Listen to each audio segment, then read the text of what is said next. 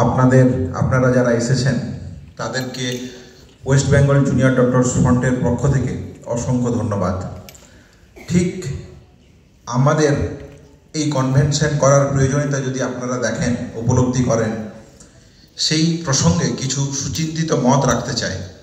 আমাদের যারা বক্তা আছেন তারা বর্তমান এই আন্দোলন, পশ্চিমবাংলার বুকে তার প্রাসঙ্গিকতা এবং আন্দোলনের ভবিষ্যতের দিশা সম্পর্কে সুনির্দিষ্ট সুচিন্তিত মতামত রাখবেন।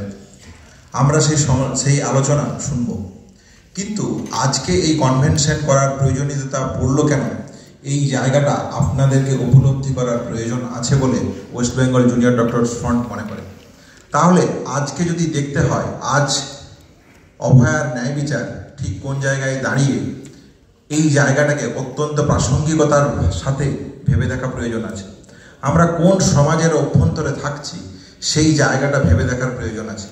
শুধু অভয়ার ন্যায় বিচার আন্দোলন শুরু করতে গিয়ে কলেজে কলেজে থ্রেড কালচার থেকে শুরু করে দুর্নীতির যে বেহাল অবস্থা, সেই অবস্থা আপনাদের সামনে আজ ওপেন সিক্রেটের মতো। তাহলে স্বাস্থ্য দুর্নীতি আমরা দেখলাম, এখন আমরা কি দেখছি? শিক্ষা দুর্নীতি।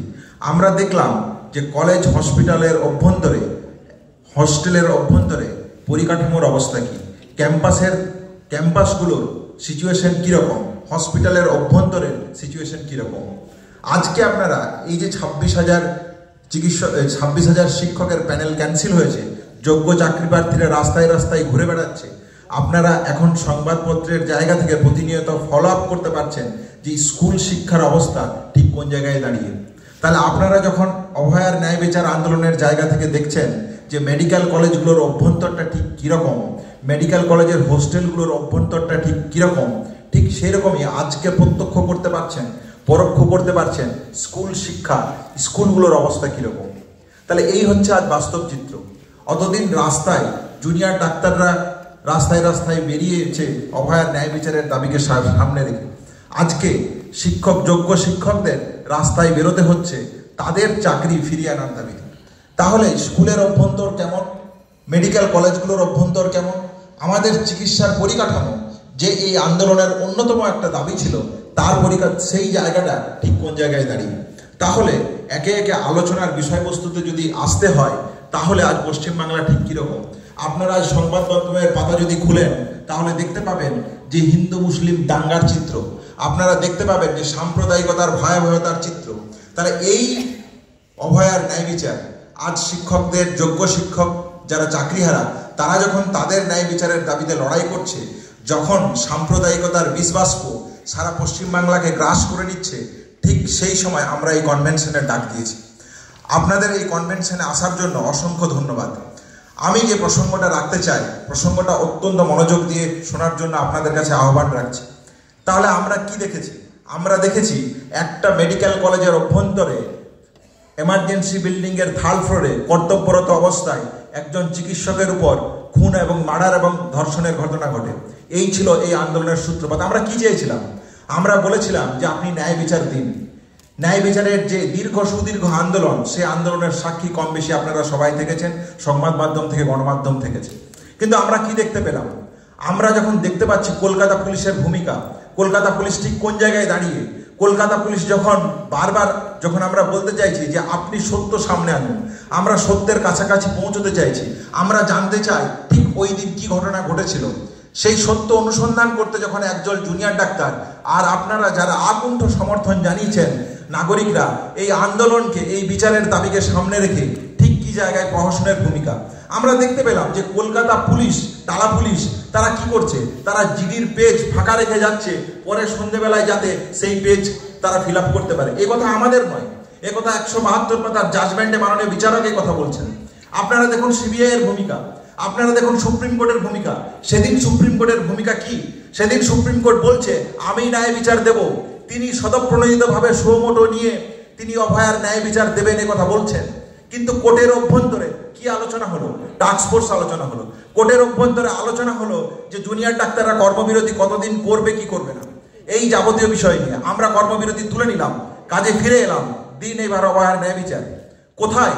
আজ যখন অভয়ার বাবা মা, জুনিয়র ডাক্তাররা, নাগরিক সমাজ দিনের পর দিন রাস্তায় রাস্তায় অভয়ার ন্যায় বিচারের দাবিতে ঘুরে বেড়াচ্ছে, তখন সুপ্রিম কোর্টের সেই প্রাসঙ্গিকতার ভূমিকা কোথায়?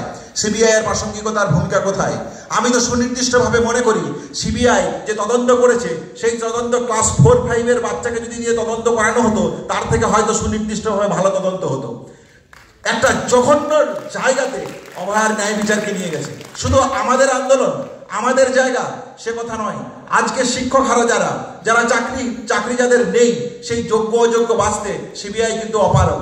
তাহলে দেশের সর্বোচ্চ তদন্তকারী সংস্থা, যে সংস্থা 1 বছর 2 বছর পর বিভিন্ন কেসকে হাতে নেয়, সেই সংস্থা ঠিক 6 দিনের মাথায় যখন অভয়ার ন্যায় বিচারের দায়িত্ব পাচ্ছে, তাহলে তার 7 মাস 8 মাস অতিবাহিত হওয়ার পর তার প্রাসঙ্গিকতা আজ কোথায়? আপনি দেশের সর্বোচ্চ তদন্তকারী সংস্থা, আপনি যদি যোগ্য অযোগ্যের তালিকা বাঁচতে না পারেন, তাহলে আপনার থাকার প্রয়োজনীয়তা কোথায়? আপনার এই স্বাধীন ভারতবর্ষের রাষ্ট্র কাঠামোয় আপনার প্রয়োজনীয়তা কতটুকু? এই প্রশ্ন বারে বারে উঠে আসছে। আমি মনে করি এই প্রশ্নের প্রাসঙ্গিকতা আজও বিদ্যমান। তাহলে আজকে সুপ্রিম কোর্টের ভূমিকা ঠিক এই জায়গায় দাঁড়িয়ে। আপনি যান, এই যে 26,000 শিক্ষক যাদের প্যানেল বাতিল হয়ে গেছে, ক্যান্সেল হয়েছে, আজ কলকাতা সহ সমস্ত জেলার স্কুলগুলোর কি অবস্থা? আপনি যান মুর্শিদাবাদের ধুলিয়ান বালিকা বিদ্যালয়, সেখানে ছাত্র সংখ্যা 1962, 25 জন শিক্ষক, সেখানে 25 জনের 22 জন শিক্ষকের চাকরি চলে গেছে। এই তো স্কুল শিক্ষা। আপনি যে কোনো যান, কোচবিহার, উত্তর 24 পরগনা, দক্ষিণ 24 পরগনা, বিভিন্ন জেলায় যান, সেখানে শিক্ষক আর ছাত্রের অনুপাত কত? 30:1, 65:1। এই তো পরিসংখ্যান, হাজার পরিসংখ্যান রাখতে পারি। তাহলে স্কুল শিক্ষায় ধুলোয় মিটে গেছে। অভয়ার ন্যায় বিচারের প্রসঙ্গে আন্দোলন করতে গিয়ে আপনারা দেখেছেন থ্রেড কালচারের ভূমিকা, আপনারা দেখেছেন স্বাস্থ্য পরিকাঠামোর ভূমিকা। মাননীয় মুখ্যমন্ত্রী সভাগৃহে ব্যঙ্গ করছেন যে আমাদের কি তুলো নেই? আমরা কি এতই বোকা? আমরা তুলোর হিসাব চাইতে চাইনি। আমরা যদি বলি আজকে একটা ক্রিটিক্যাল পেশেন্ট যে কোনো এমার্জেন্সিতে যদি আসে, সেই পেশেন্টকে স্টেবিলাইজ করার মতন ক্ষমতা কি আছে আমাদের স্বাস্থ্য ব্যবস্থার মধ্যে? এই প্রাসঙ্গিকতা রেখেছি। সেই প্রাসঙ্গিকতার জায়গা থেকে আমরা চেয়েছিলাম বেড মনিটর ভ্যাকেন্সি সিস্টেম। আমরা বলেছিলাম কোনো পেশেন্ট যখন ভর্তি হতে আসবে জেলা থেকে বা দূর দূরান্ত থেকে, তার যেন যে সমস্যার জন্য সে আসছে সেই সমস্যা যেন সুরক্ষিত করতে পারে এই সরকার, সেই সমস্যা যেন সুরক্ষিত করতে পারে এই স্বাস্থ্য ব্যবস্থা। আপনি কোন স্বাস্থ্য ব্যবস্থার কথা বলছেন? তাহলে স্বাস্থ্য ব্যবস্থার ভঙ্গুর চিত্র আজ সারা জনসমক্ষে দাঁড়িয়ে আছে। ঠিক সেইভাবেই দাঁড়িয়ে আছে আমাদের শিক্ষা ব্যবস্থার ভঙ্গুর চিত্র।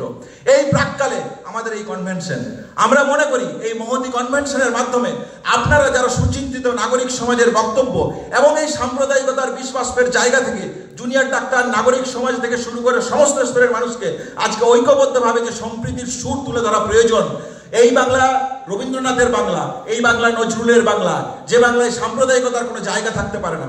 হ্যাঁ, West Bengal junior doctors front সম্পূর্ণ রাপে যে শরণার্থী আছে বিভিন্ন জায়গায়, আমি যখন ডাক্তার হিসেবে, চিকিৎসক হিসেবে যখন ওত নিই, আমি তখন কোনো জাতি, ধর্ম, বর্ণ, বিদ্বেষ থেকে চিকিৎসা করি না। তাহলে ঠিক সেইভাবে হিন্দু, মুসলমান, শিখ, জৈন, ইসাই যেই হোক না কেন, তার প্রতি ওয়েস্ট বেঙ্গল জুনিয়র ডাক্তার্স ফ্রন্টের সম্পূর্ণ সহমর্মিতা আছে। আমরা সেই জায়গাগুলোতে, প্রত্যন্ত জায়গায় যেখানে চিকিৎসার অপ্রতুলতা ঘটছে, সেই জায়গায় West Bengal junior doctors front মানবিকতার জায়গা থেকে সম্পূর্ণরূপে তাদের পাশে থাকবে। এই কনভেনশন থেকে এই বার্তা আমি দিতে চাই। তাহলে সুদীর্ঘ বক্তব্য রাখবো না। আমার পর নানান জন আছেন, তারা আপনাদের কাছে এই পশ্চিমবাংলার পরিপ্রেক্ষিত West Bengal junior doctors front নাগরিক সমাজের কাছে আহ্বান রাখছে যে এই যে শিক্ষার ব্যবস্থা, এই যে স্বাস্থ্যের ব্যবস্থা, এই ওভারঅল যে পরিকাঠামো, ওভারঅল যে পরিবেশ, এই পরিবেশ সম্পর্কে জুনিয়র ডাক্তার, নাগরিক সমাজ থেকে বিভিন্ন গণকমিটি, আপনারা যদি খেয়াল করে দেখেন যে গণকমিটিগুলোর সাথে আমাদের যোগাযোগ গড়ে উঠেছিল, যে জায়গাগুলোতে আমরা গিয়েছিলাম, আপনাদের আহ্বানে ডেকেছিলেন, সেই জায়গাগুলোকে আমরা আবার নতুন করে যোগাযোগ করেছি। আমাদের পক্ষ থেকে এই সদর্থক প্রয়াসকে আপনারা একটু জায়গা দেবেন। আমরা মনে করি জুনিয়র ডাক্তার ফ্রন্ট এবং সাধারণ মানুষ, নাগরিক সমাজকে সাথে নিয়ে এক মুষ্টিবদ্ধভাবে আমরা যে পশ্চিমবাংলার যে আগত সমস্যাগুলো তৈরি হচ্ছে এবং সুন্দর স্বাস্থ্য পরিকাঠামো, স্বাস্থ্য স্কুল শিক্ষা, সুন্দর স্কুল শিক্ষা এবং সম্প্রীতির যে সুর, সেই সুরকে হয়তো পশ্চিমবাংলার বুকে ধ্বনিত করার একটা সফল প্রয়াসের দিকে এগোতে পারি।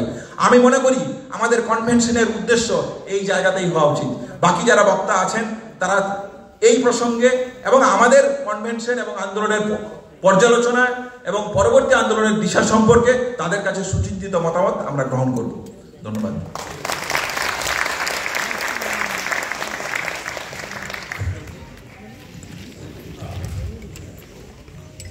এখন